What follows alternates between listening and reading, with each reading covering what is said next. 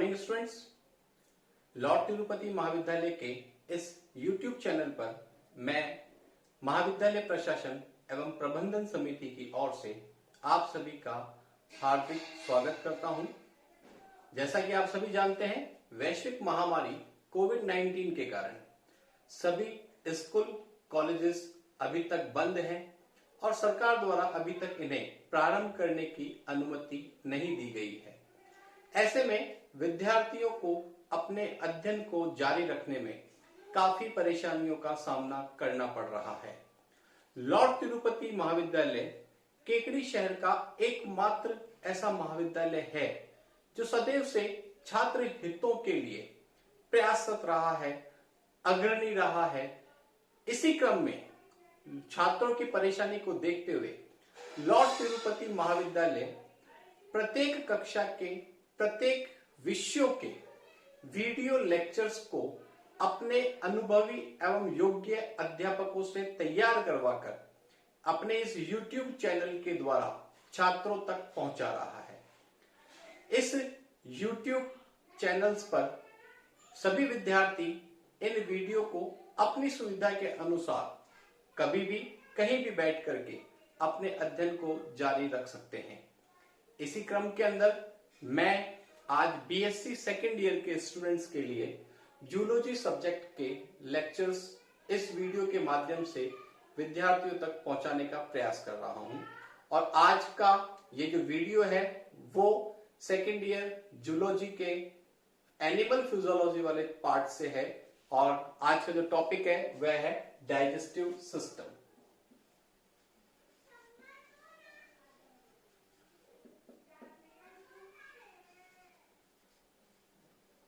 जिसको अपन हिंदी में बोलते हैं पाचन तंत्र। तो स्टूडेंट्स, सबसे पहले आज हम स्टडी करते हैं डाइजेस्टिव सिस्टम यानी कि पाचन तंत्र के बारे में।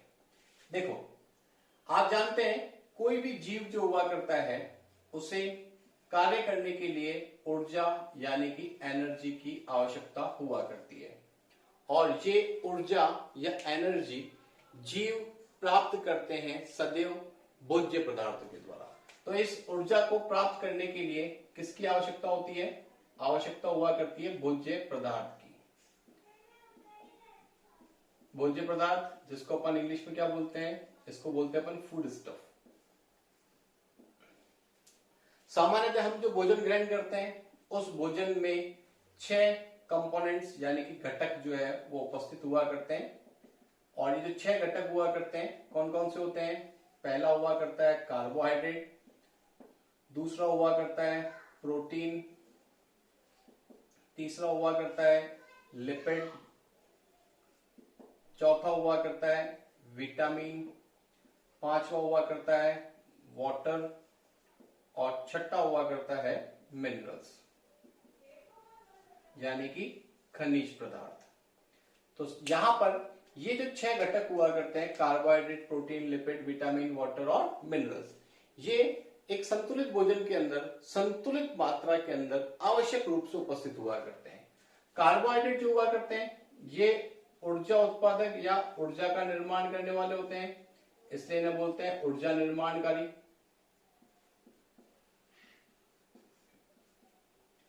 प्रोटीन जो हुआ करते हैं ये होते हैं शरीर निर्माणकारी यानी कि बॉडी बिल्डिंग के लिए रोल प्ले करते हैं। आप जानते हो शरीर के निर्माण के लिए मांसपेशियों की संख्या में वृद्धि आवश्यक हुआ करती है और मांसपेशियों यानी कि मसल्स के निर्माण के लिए किसकी आवश्यकता होती है? प्रोटीन्स की आवश्यकता हुआ करती है। लिपिड जो होते हैं ये हमारे शरीर में स्नेहक यानी कि लुब्रिकेंट्स के तौर पर काम आया करते हैं। इसके अलावा जितने भी हमारी बॉडी के अंदर स्टेरॉइड्स का निर्माण हुआ करता है, प्राकृतिक स्टेरॉइड्स जो हुआ करते हैं ये भी किसके बने होते हैं? वसाओं के बने हुआ करते हैं। कुछ हार्मोनों के बनने के अंदर भी लिपिड्स का बहुत महत्वपूर्ण रोल हुआ करता है। विटामिन जो होते हैं ये होते हैं नियामक यानी कि रेगुलेटर। तो ये शरीर में संपन्न होने वाली जो जैव रासायनिक बायोकेमिकल रिएक्शंस हुआ करती हैं उनको रेगुलेट करने का, नियंत्रित करने का काम करते हैं कौन? विटामिन। वाटर की बात करें तो आप जानते हैं हमारे शरीर का निर्माण जो है वो हो रखा है कोशिकाओं से। कोशिकाओं के अंदर उनके स्वयं का जीवन का जो भौतिक आधार है वो है प्रोटोप्लाज्म, और प्रोटोप्लाज्म में 90% से अधिक मात्रा में कौन पाया जाता है? जल पाया जाता है। तो जल हमारे शरीर के लिए अत्यंत अत्यंत महत्वपूर्ण घटक हुआ करता है। मिनरल्स की बात करते हैं तो मिनरल्स में जैसे sodium, potassium, calcium, magnesium, sulphate, ये सभी कौन है? ये सभी मिनरल्स यानी कि खनिज पदार्थ हुआ करते हैं। विशेष तौर पर अगर अपन देखें तो मांसपेशीय संकुचन की जो क्रिया हुआ करती है, जिसको अपन पेशी संकुचन भी कहते हैं, इस पेशीय संकुचन की क्रिया में आपको पता है कि सबसे महत्वपूर्ण भूमिका निभाता है कौन? कैल्शियम। इसी प्रकार से जो तंत्रिकीय उद्दीपन की क्रिया हुआ करती है, जिसमें एक तंत्रिका से दूसरी तंत्रिका में उद्दीपन का संचरण हुआ करता है, इसके अंदर महत्वपूर्ण भूमिका निभाते हैं कौन? सोडियम और पोटेशियम। तो पेशीय संकुचन, तंत्रिकीय उद्दीपन में किसकी भूमिका है महत्वपूर्ण? खनिजों की भूमिका महत्वपूर्ण हुआ करती है।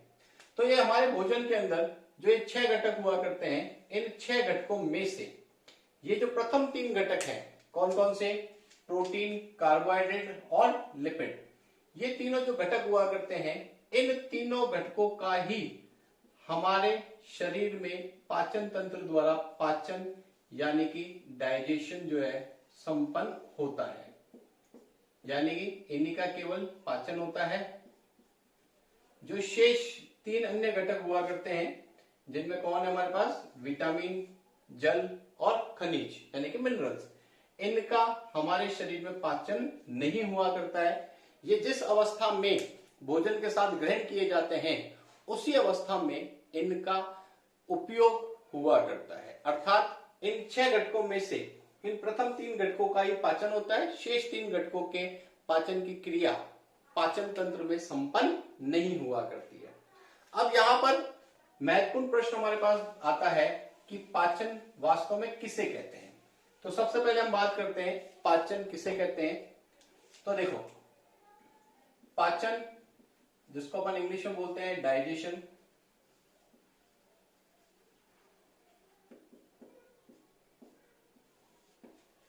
ग्रहण किए गए भोज्य पदार्थ में उपस्थित जटिल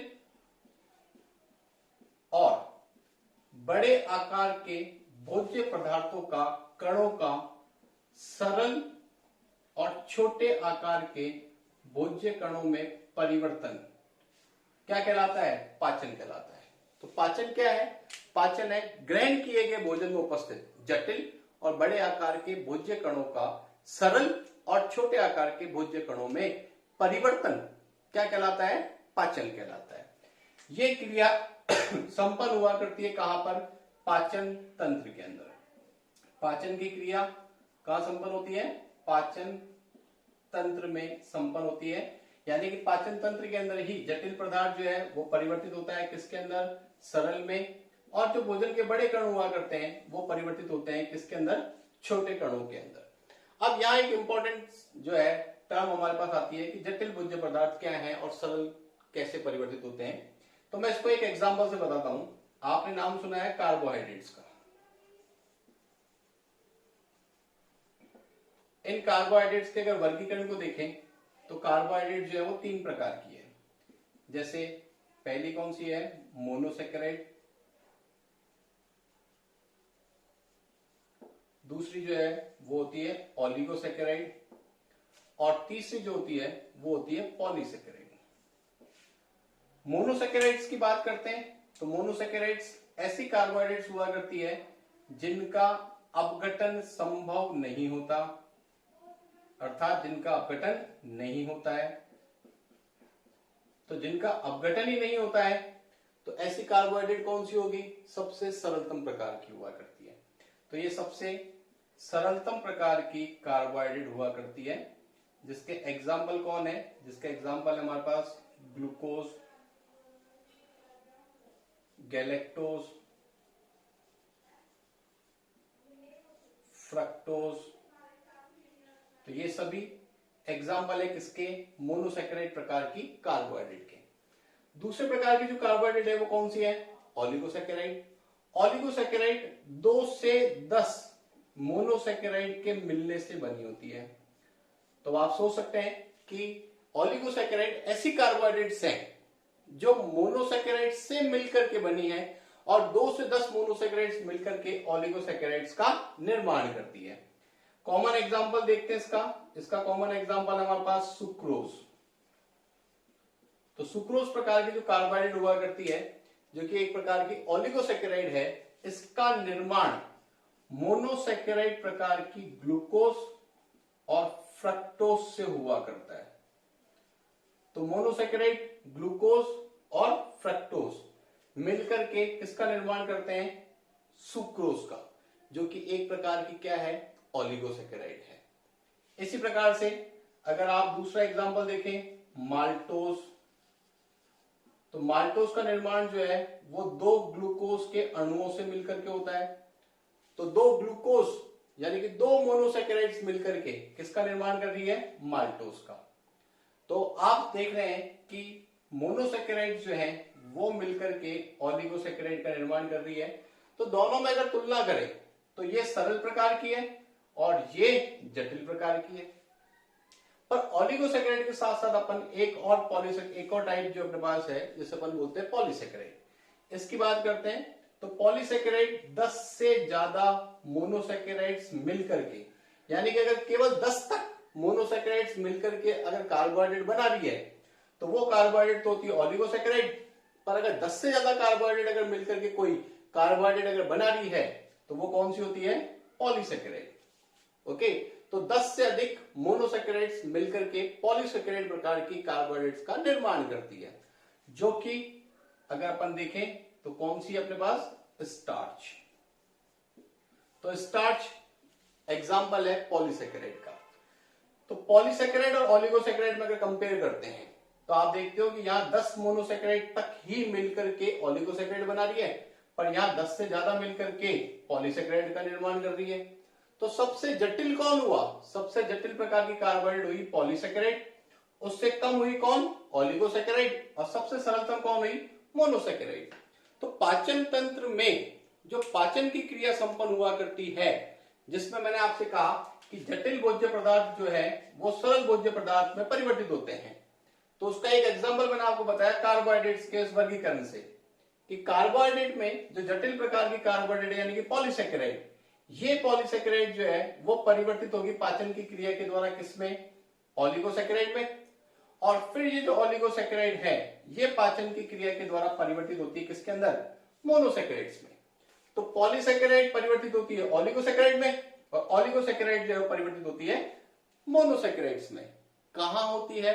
पाचन तंत्र में होती है। किसके द्वारा होती है? पाचक एंजाइमों द्वारा होती है। तो भोजन में उपस्थित इस जटिल प्रकार की कार्बोहाइड्रेट का सरलतम प्रकार की कार्बोहाइड्रेट में जो परिवर्तन हुआ करता है वही क्या कहलाता है? पाचन कहलाता है। ओके, यहां एक इंपॉर्टेंट चीज आपको और बता देता हूं कि जो हरे पादप हुआ करते हैं, इन हरे पादपों में जो संचित भोज्य पदार्थ हुआ करता है वो संचित भोजन किसके रूप में होता है? स्टार्च के रूप में। अतिरिक्त जो भोजन हुआ करता है वो हरे पादपों के अंदर किसके रूप में होता है? स्टार्च के रूप में। जबकि जंतुओं के अंदर जो है ये किसके रूप में होता है? ग्लाइकोजन के रूप में हुआ करता है। तो ग्लाइकोजन के रूप में किसमें होता है? जंतुओं में।